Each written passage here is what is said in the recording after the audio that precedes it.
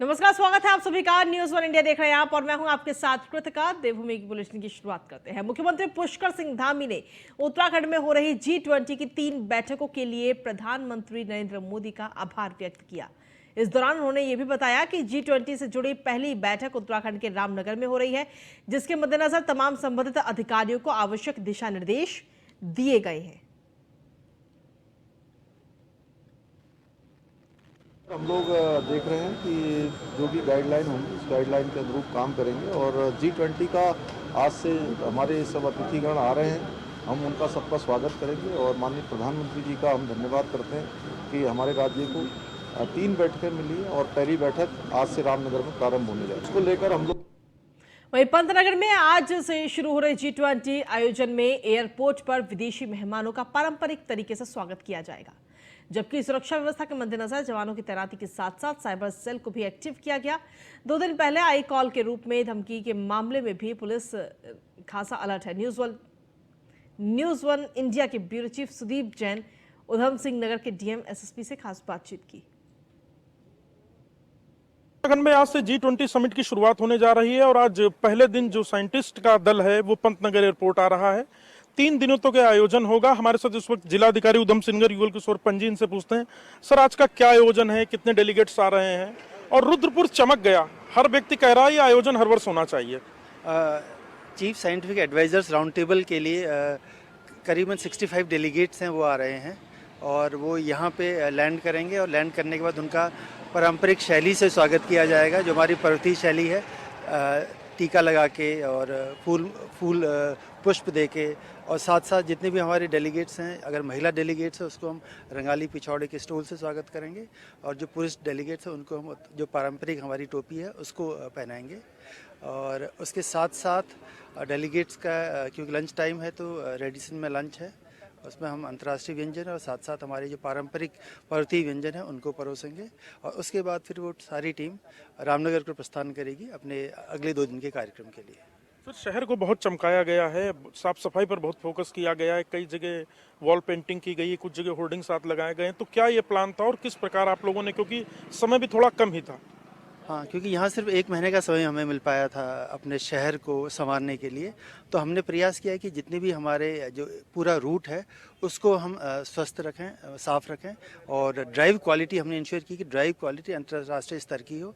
उसके साथ साथ क्योंकि हमारे पास कुछ बिल्डिंग्स थी, कुछ वॉल्स अवेलेबल थी, उनको हमने कलर करने का प्रयास किया और उस कलर में हमने प्रयास किया कि विज्ञान या जो विभाग है उसके बारे में, पर्वतीय शैली के बारे में, यहाँ के लोग किस तरह का रहन सहन है, किस तरह का खान पान है, किस तरह की संस्कृति है, किस तरह के त्यौहार मनाते हैं, उसको डिपिक्ट करने का प्रयास किया ताकि जो भी डेलीगेट्स आएँ उनको हम अपनी संस्कृति से रूबरू करा सकें और वो एक अच्छा संदेश लेकर जाएं हमारे प्रदेश के बारे में। हमारे साथ एसएसपी उधम सिंह मंजुनाथ साहब भी हैं। सर, एक बड़ा टास्क है ये, अंतर्राष्ट्रीय दल आ रहा है और उत्तराखंड में पहली बार G20 समिट हो रहा है। इन सब के बीच एक धमकी का मैसेज भी आया जिसका ऑडियो वायरल हो रहा है, तो किस प्रकार से कानून व्यवस्था की आप लोगों ने तैयारी की? जगह जगह कुछ कुछ दूरी पर ही जवान तैनात हैं पूरे रूट पर जिस पर वीआईपी निकलेंगे। देखिए, सबसे पहला तो एक गर्व का विषय है पूरा उत्तराखंड के लिए, उत्तराखंड के समस्त लोगों के लिए, हम सभी के लिए गर्व का विषय है। इतनी बड़ी ग्लोबल समिट जो रामनगर में हो रहा है वो उधम सिंह नगर जनपद में पंतनगर एयरपोर्ट से होते हुए रेडिसन में लंच होते हुए उसके बाद काफिला के रूप में जारी है। हमने सुरक्षा के लिए, जैसे आपने पूछा, उसकी चाक चौबंद व्यवस्था कर रखी है। पंतनगर एयरपोर्ट, रेडिसन और आपका रूट, इन सभी जगहों पर सेंसिटिव पॉइंट्स पर ड्यूटी लगा रखा है और इसके अलावा चेकिंग फिस्किंग की सब जगह प्रावधान है। मोस्ट इंपॉर्टेंट बात यह है कि ये कोई पब्लिक इवेंट नहीं है, क्योंकि ये पब्लिक इवेंट नहीं है, यहाँ पर ये केवल डेलीगेट्स का आना जाना रहता है, तो ये एक्सक्लूसिव इवेंट है, एक्सक्लूसिव ये उनका अराइवल प्रोग्राम है। तो इसलिए हमने अनऑथराइज कोई एंट्री नहीं है, हमारा ओनली ऑथराइज पर्सनल एंट्री है। बहुत जो चाक चौबंद हमारा प्रोटोकॉल के तहत सिक्योरिटी अरेंजमेंट्स रखा है। ओनली ऑथराइज पर्सन, जैसे मैं खुद पास पहना हूँ, मैं खुद मेरा फोटो का पास पहना हूँ, तो इस प्रकार बहुत ही फुल प्रूफ सिक्योरिटी का हमने अरेंजमेंट्स किया है। उसके अलावा संपूर्ण रूट में विभिन्न जगहों पे हमने रूफ टॉप्स भी, रूट्स भी सभी लगा रखा है। आपको मैं ये भी बता दूं कि ड्रोन्स का इस्तेमाल किया गया है। मोर देन 300 नया कैमरास लगे हुए हैं, मोर देन 300 नए कैमरास लगे हुए हैं। संपूर्ण उधम सिंह नगर का रूट जो है हमारा आज की डेट में कंट्रोल रूम में लाइव है, तो कंट्रोल रूम में भी और हमारे मोबाइल्स पे भी लाइव है। Everything is covered by CCTV। तो आप थे एसएसपी उधम सिंह नगर मंजुनाथ टीसी जी, जिनका कहना है कि 3 दिवसीय जी समिट के लिए जो पंतनगर एयरपोर्ट है ये एक्सक्लूसिव है, क्योंकि वीआईपी डेलीगेट्स का मूवमेंट यहाँ से होना है और सुरक्षा के लिए भी सभी जरूरी इंतजाम किए गए हैं। कैमरा सहयोगी अंजीत के साथ सुदीप जैन, न्यूज़ 1 इंडिया, पंतनगर। वही G20 समिट आयोजन के पहले दिन मुख्यमंत्री पुष्कर सिंह धामी भी रामनगर पहुंच गए और इस मौके पर मुख्यमंत्री रामनगर कॉलेज रोड पर बड़ी संख्या में उमड़े लोगों से मुलाकात की और उनका हाथ जोड़कर अभिवादन किया। इसी बीच न्यूज़ 1 इंडिया के ब्यूरो चीफ सुदीप जैन ने मुख्यमंत्री पुष्कर सिंह धामी से खास बातचीत की। इस दौरान सीएम धामी ने क्या कुछ कहा, आपको सुनवाते हैं। शुरुआत हो गई है। मुख्यमंत्री पुष्कर सिंह धामी रामनगर पहुंचे, बातचीत करते हैं। सर, एक बड़ा मौका है, बड़ा शोकेस है, उत्तराखंड को मौका मिला और विदेशी डेलीगेट्स रामनगर पहुंचने लगे। निश्चित रूप से मैं आदरणीय प्रधानमंत्री जी का धन्यवाद करता हूं कि उन्होंने पहले 2 ही बैठक हो रही थी, हमने अनुरोध किया कि एक बैठक कुमाऊं मंडल में भी दे दीजिए, तो रामनगर में कुमाऊं मंडल में बड़ी पीएसए लेवल की बैठक यहां पर आयोजित हो रही है। इससे निश्चित रूप से हमारे इस पूरे परिवेश को, उत्तराखंड के परिवेश को पूरी दुनिया के अंदर जाने का मौका मिलेगा। सर, मैं कल से यहाँ पर हूँ। रुद्रपुर, रामनगर, पंतनगर सड़कें बहुत अच्छी हो गई हैं और जो स्थानीय लोग हैं वो अपनी सेल्फी ले रहे हैं पेंटिंग्स के साथ। उनका कहना है कि हर वर्ष G20 की बैठक होनी चाहिए। तो ऐसा क्या एक माह में रामनगर और इस पूरे क्षेत्र में जादू हुआ कि लोग इतना मंत्रमुग्ध हो गए? नहीं, मेहमान हमारे पूरी दुनिया से उत्तराखंड में आ रहे थे, तो निश्चित रूप से उनका स्वागत होना चाहिए। और हम जब भी हमारे यहाँ मेहमान आते हैं तो हम लोग कोई मेहमानदारी में कोई कमी ना हो, और वो अनेकों रूप में है। और उसी कारण से हमारे राज्य के अंदर और जहाँ जहाँ से भी उनका मार्ग होकर जा रहा है, उन सभी मार्गों को सुव्यवस्थित करने का काम हुआ है। सर, मेरा अंतिम सवाल ये है, कई अंतर्राष्ट्रीय मेहमान आए हैं।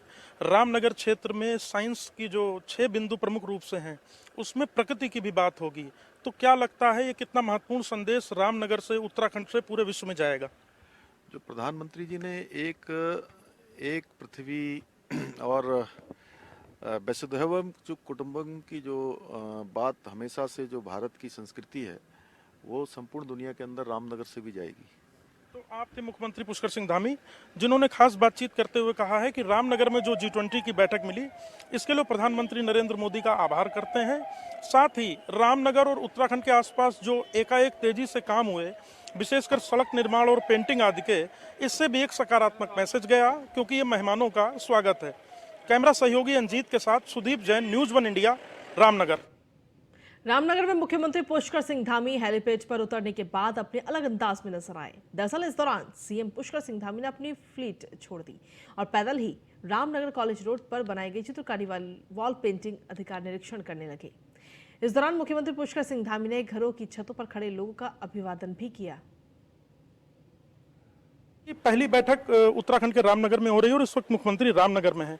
रामनगर में जो वॉल पेंटिंग आदि के काम किए गए, शहर को चमकाने के लिए काम किए गए, संस्कृति को दिखाया बताया गया है इस पेंटिंग्स में। मुख्यमंत्री के साथ ही जो नैनीताल के कप्तान हैं पंकज भट्ट, वो भी मौजूद हैं। मुख्यमंत्री हाथ हिलाकर लोगों का अभिवादन स्वीकार कर रहे हैं और बधाई दे रहे हैं इस आयोजन को लेकर, और अधिकारियों से समझ रहे हैं कि किस प्रकार से तैयारी की गई और रामनगर में क्या क्या आयोजन हुए। छत से भी लोग मुख्यमंत्री का आभार व्यक्त कर रहे हैं, तो मुख्यमंत्री भी उन्हें रिस्पॉन्ड करके उनको धन्यवाद दे रहे हैं। तो ये नज़ारा रामनगर के कॉलेज क्षेत्र का है। यहाँ मुख्यमंत्री अपनी पूरी टीम के साथ जो पेंटिंग्स बनाई गई हैं उसका अवलोकन कर रहे हैं। ये देखिए, मुख्यमंत्री की फ्लीट सड़क मार्ग पर है, जबकि मुख्यमंत्री पैदल रामनगर के जो ये इलाका है, कॉलेज इलाका इसे कहते हैं, यहाँ का पैदल भ्रमण कर जायजा ले रहे हैं। मुख्यमंत्री अब सड़क की दूसरी ओर गए हैं, काज किए गए हैं, उसका अवलोकन कर रहे हैं। ये सीधे तौर पर बताता है कि मुख्यमंत्री ने जो निर्णय लिया था उसको उन्होंने पूरा तो किया ही, साथ ही एक बड़ा संदेश देने की भी कोशिश की कि एक माह के भीतर जहां G20 समिट की पहली बैठक होनी थी, उस इलाके को कैसे चमकाया जा सकता है। ये पहाड़ का एक परिदृश्य दिखाती हुई एक पेंटिंग है, जिस पर मुख्यमंत्री एक अपना फोटो भी खिंचवा रहे हैं और संदेश ये देने की कोशिश है कि कम समय में ही G20 समिट की पहली बैठक का जो आज से शुरुआत हुई है, इसमें एक सकारात्मक भाव के साथ काम किया गया, लिहाजा अच्छे परिणाम आए। कैमरा सहयोगी अंजीत के साथ सुदीप जैन, न्यूज़ 1 इंडिया, राम। मुख्यमंत्री पुष्कर सिंह धामी की अध्यक्षता में चारधाम यात्रा की महत्वपूर्ण बैठक हुई। बता दें कि चारधाम यात्रा से जुड़ी इस बैठक में पुलिस, पर्यटन, परिवहन, स्वास्थ्य के साथ कई विभागों के आला अधिकारी भी मौजूद रहे। मुख्यमंत्री पुष्कर सिंह धामी ने कहा कि स्थानीय लोगों को चारधाम यात्रा में रजिस्ट्रेशन कराने की कोई जरूरत नहीं है। इसके साथ ही जो भी श्रद्धालु देश विदेश से उत्तराखंड आएंगे सभी को दर्शन करने का मौका भी मिलेगा। बता दें कि चारधाम की यात्रा 22 अप्रैल से शुरू हो रही है और 25 अप्रैल को केदारनाथ, जबकि 27 अप्रैल को बद्रीनाथ धाम के कपाट खुलेंगे।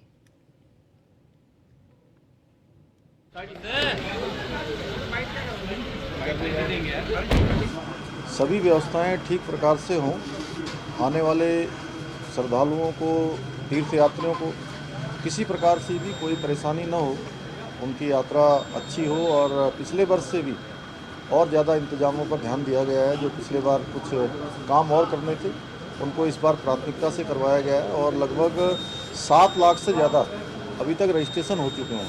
इसके साथ साथ हमने यात्रा में यह भी तय किया है कि जो स्थानीय लोग हैं वह भी स्थानीय परंपरा के अंतर्गत धामों के दर्शन करने जाते हैं, तो उनको किसी प्रकार का भी रजिस्ट्रेशन या कोई पंजीकरण नहीं कराना होगा। आगामी चारधाम यात्रा को लेकर परिवहन विभाग में युद्ध स्तर पर कार्य हो रहा है। देहरादून के आरटीओ सुनील शर्मा ने बताया कि आगामी चारधाम यात्रा को लेकर ऋषिकेश में ग्रीन कार्ड बनाने का कार्य चल रहा है, जिसके तहत पूरे कार्यालय को ही हरे रंग से कलर किया जा चुका है ताकि तीर्थ यात्रियों को किसी भी किस्म की दिक्कतों का सामना न करना पड़े। चारधाम यात्रा को लेकर परिवहन विभाग पूरी तरह अपनी जिम्मेदारियों को जानता है और हम लोगों ने तैयारी कर रखी है। सबसे पहला कि हमने अपने ऑफिस स्तर पर व्यवस्थाएं दुरुस्त कर ली हैं, जैसे कि ग्रीन कार्ड बनाने के लिए। तो हमने अपने ऋषिकेश ऑफिस के अंदर ग्रीन कार्ड का पूरा सेंटर बनाया है और साथ में मैं बताना चाहूँगा कि हमने उस सेंटर को ग्रीन कलर से ही पेंट करवाया है ताकि कोई भी यात्री को ऐसी समस्या ना हो कि किधर जाना है। तो एक छोटे छोटे कदम हम उठा रहे हैं। उसके साथ साथ बसों की व्यवस्था, हमने बसों की व्यवस्था के लिए जितनी भी परिवहन कंपनियां हमारी ऋषिकेश, हरिद्वार और देहरादून में हैं उनसे संपर्क करके उनसे 3 बार मीटिंग करी हुई है ताकि एक रोटेशन व्यवस्था बने और यात्रियों को आरामदायक और अच्छी बसें समय पर मिले। इसके साथ साथ इन्फोर्समेंट, हमारे द्वारा 2 तरह का इन्फोर्समेंट करा जा रहा है। एक हमारे तरह स्टैटिक इन्फोर्समेंट हो रहा है जो कि हमारी चेक पोस्ट से हो रहा है। दूसरा, हम लोग इसके संबंध में 11 प्रवर्तन दल लगाए जा रहे हैं, जिसमें से 5। उत्तराखंड हाईकोर्ट में यूके SSSC पेपर लीक मामले में आरोपियों को मिली जमानत को चुनौती देने वाली सरकार की याचिकाओं पर सुनवाई की गई। मामलों की सुनवाई के बाद न्यायमूर्ति रविंद्र मैठाणी की एकल पीठ ने 7 अभियुक्तों को नोटिस जारी कर अपना पक्ष रखने को कहा है। सभी अभियुक्तों के खिलाफ पेपर लीक करने का आरोप है। वहीं आपको बता दें कि इनके खिलाफ यूके SSSC ने देहरादून में मुकदमा दर्ज कराया था और साक्ष्य मिलने पर इन्हें जेल भेजा गया, लेकिन एडीजे कोर्ट देहरादून से इन आरोपियों को जमानत मिल चुकी है। लेकिन एसटीएफ ने एडीजे कोर्ट के आदेश को उच्च न्यायालय में चुनौती दी है और कोर्ट से मांग की है कि इनके जमानत आदेश को निरस्त किया जाए।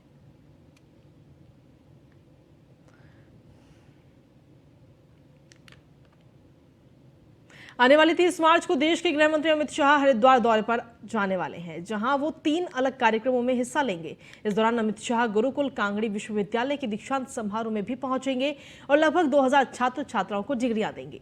अमित शाह के कार्यक्रम को लेकर गुरुकुल कांगड़ी विश्वविद्यालय द्वारा बड़े स्तर पर तैयारियां की जा रही हैं।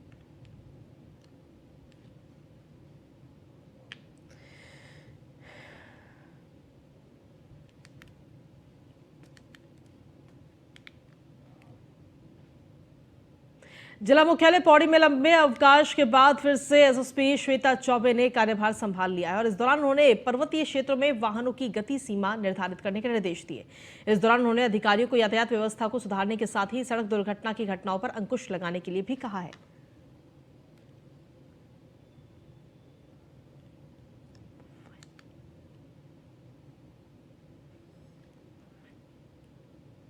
पौड़ी जनपद की हमारी एक कमेटी गठित है पर्वतीय मार्गों में स्पीड लिमिट फिक्सेशन के लिए, उसको लेकर बैठक की गई। तो उसमें जितने भी हमारे कमेटी मेंबर्स थे वो सम्मिलित हुए और जितने भी हमारे नेशनल हाईवे हैं, स्टेट हाईवेज हैं, हमारी जो इंटरनल रोड्स हैं, उनमें क्या स्पीड लिमिट होनी चाहिए उसको लेकर विस्तार में चर्चा की गई। और स्पेशली जिन बिंदुओं को ध्यान में रखा गया कि कहाँ कहाँ हमारे ब्लैक स्पॉट्स हैं, कहाँ ढालदार रोड है और कहाँ कहाँ घुमावदार रोड है, उन सभी पॉइंट्स को दृष्टिगत रखते हुए स्पीड लिमिट का निर्धारण किया गया है। पौड़ी जनपद की हमारी एक कमेटी गठित है पर्वतीय मार्गों में स्पीड। अगली खबर देहरादून से, जहां पर वरिष्ठ आईएएस अधिकारियों की प्रताड़ना का मामला इस वक्त सामने आया। बैठक में अपमानित किए जाने के विरोध में सचिवालय संघ बिफर गया है। आईएएस अधिकारियों ने मुख्यमंत्री से मांग की है। अधिकारियों ने बैठकों में ना बुलाने की मांग की है। विभागीय बैठक में सचिवालय सेवा के अधिकारियों का अपमान हुआ था।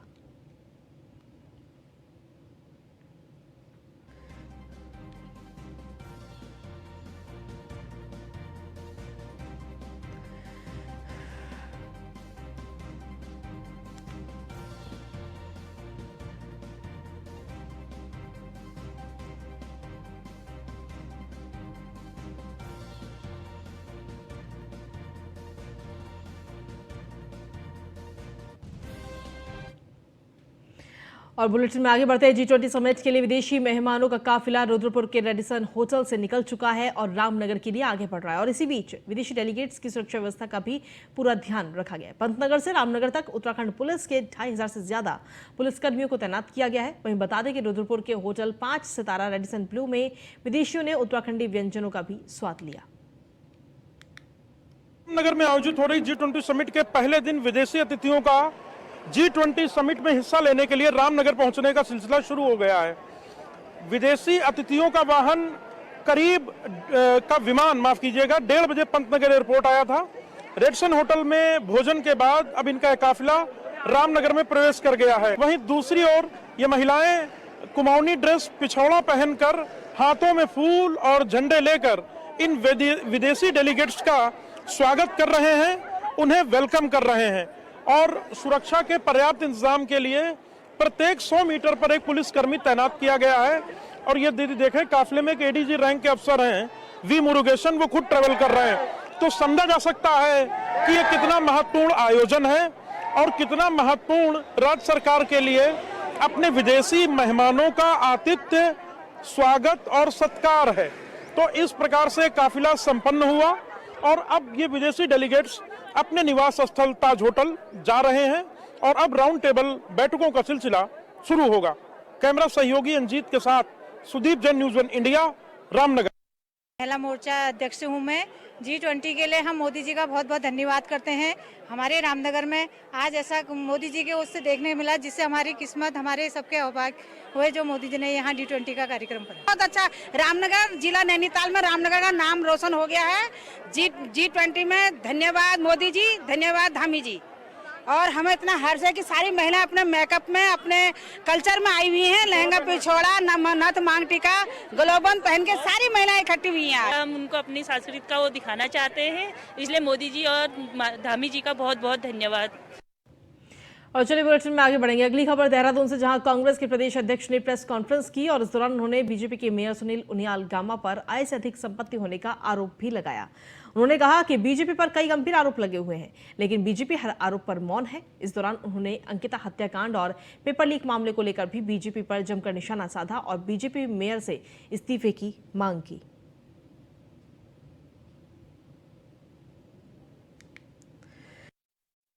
ऐसे लोग अगर ये आरोप अगर गंभीर हैं तो नुकसान तो नहीं, फायदा जरूर होगा।